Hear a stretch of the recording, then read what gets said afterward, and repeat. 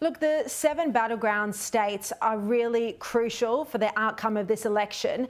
Clearly, you and the former president are spending a lot of time there in the final 14 days. What's the reaction been like on the ground in Pennsylvania? The polls have Donald Trump just ahead, around 1.1% in the 7 battleground states on average. Do you think this is going to be enough to get him over the line?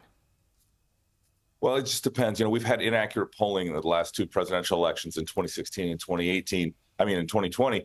And so what you're seeing is a cautiousness because we don't know whether these polls are accurate this year or whether they're off again. Typically Trump voters are harder to find for pollsters than Democrat voters. But, I've been to all of the swing states. Most recently, I've been in Georgia, North Carolina, Pennsylvania, and Michigan. And, what I'm seeing is a real desire from those that support Donald Trump and those that are interested in Donald Trump in making sure that he is the one in the White House in January. Because, the issues, whether it's the border, the southern border, whether it's national security, whether it is energy policy, whether it is law and order issue that I care a lot about, or whether it's the economy, all of those issues are Donald Trump is very strong, and I think a lot of voters think he is the one that can fix these problems that really, quite frankly, have been caused by Kamala Harris and Joe Biden.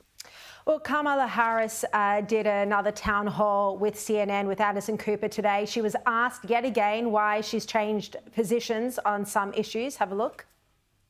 Can you talk a little bit about how your positions have shifted and why? Sure, and thank you. So first of all, on fracking, I've been very clear. We kind of dispensed with this in 2020.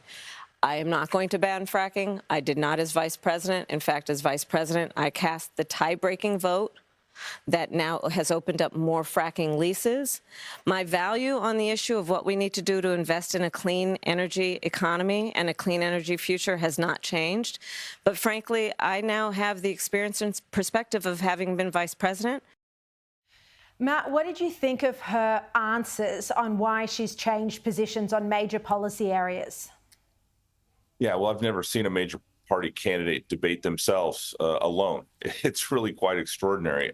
She can't be trusted on so many issues, that the American people care about. Here in Pennsylvania, a major state that has a lot of jobs that depend on fracking, the folks I'm talking to that are on the ground do not believe that she can be trusted on this. I mean, she was a strong proponent when she ran in 2019 for ending fracking. Her campaign and even herself have been all over the board. Kamala Harris is unfortunately one of those politicians that will say anything to anybody in order to try to win an election, but she just can't be trusted on this issue and so many others.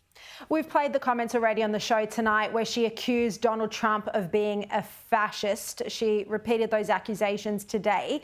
What do you think this says about her mindset a couple of weeks out?